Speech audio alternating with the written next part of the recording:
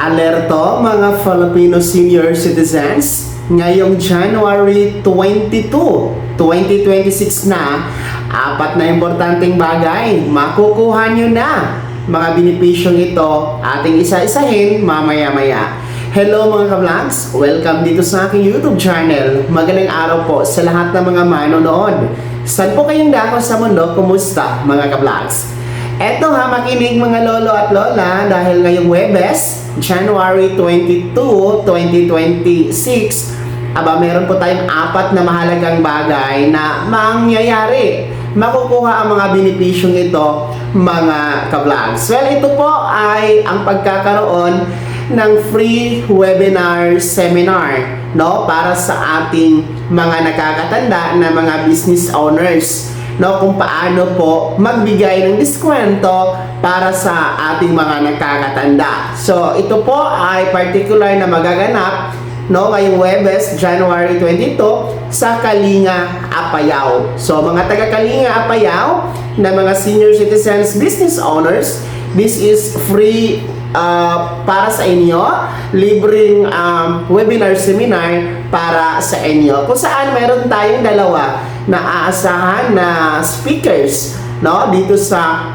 nasabing webinar. Una po ay ang mga nagmula sa Bureau of Internal Revenue or BIR. Pangalawa ay ang mga taga-IBP or Integrated Bar of the Philippines, Benguet Baguio Chapter. No? Apat po na mahalagang bagay ang pag-uusapan dito. Apat na mahalagang benepisyo ang makukuha ninyo. Una po ay tuturuan kayo kung paano nga ba ang pagbibigay ng exemption, no, sa VAT, no, para sa ating mga nakakatanda, dahil meron tayong mga products and services na VAT exempted ang ating mga nakakatanda. So mahalaga na alam nyo yon. Then, yung diskwento, no?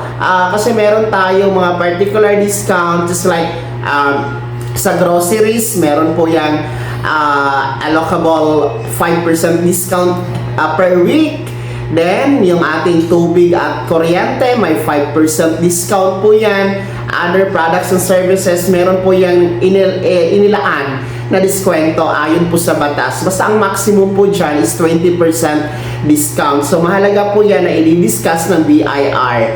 Pangalawa po na mahalagang bagay na makukuha ngayong January 22, mga taga-Kalinga, Apayao, ay para po sa mga dokumento na required ng BIR. So, syempre, dapat compliance tayo sa BIR standard, mga ka-vlogs, para hindi kayo magkakaroon ng penalty. Pangatlo po ay ituturo po sa inyo ang recording of sales para sa ating mga nakakatanda. Uulitin ko, kung ang ating mga nakakatanda ay mag-grocery, halimbawa, ay meron niyang ipipresent dapat na senior citizen booklet, which is dapat po yung i-fill out ng ating mga staff or personnel sa mga establishmento. So mahalaga na alam nyo paano yan fill upan at paano yan i-monitor na hindi po magkakaroon ng abuso. Kasi ang discount natin sa mga nakakatanda is subject for senior citizen only. Hindi po pwede na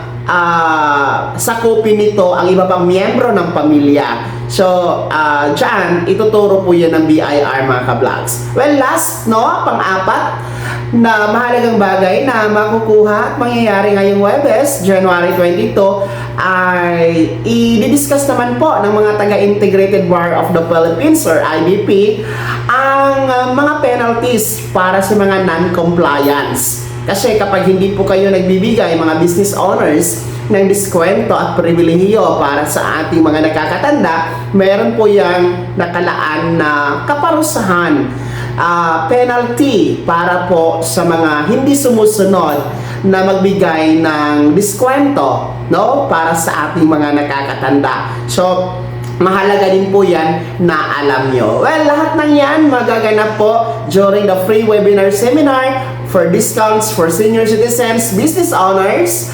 No, ngayong January 22, 2026. Ngayong Huwebes na po yan mga ka-vlogs. Alas 8 ng umaga hanggang alas 12 ng tanghali. Well, para po sa mga gustong sumali dito, since libre lamang ito, naku po, limited slot lamang, no, ang para dito. Kaya magmadali pong magrehistro, no, dyan sa link na nasa screen nyo po, no, ang website po na pwede nyo pong mag-register para this free seminar mga ka-vlogs. Okay? Mag-register kayo dyan para kayo ay mapabilang at hindi maubusan ng slot. Okay? Mga taga-Kalinga, Apayao. Antabayanan nyo po sa mga susunod na mga araw dahil ibibigay ko po ang another schedule para sa iba pang mga lugar dyan sa may Administrative Cordillera Region mga ka-vlogs. Kaya naman, sino sa inyo dito?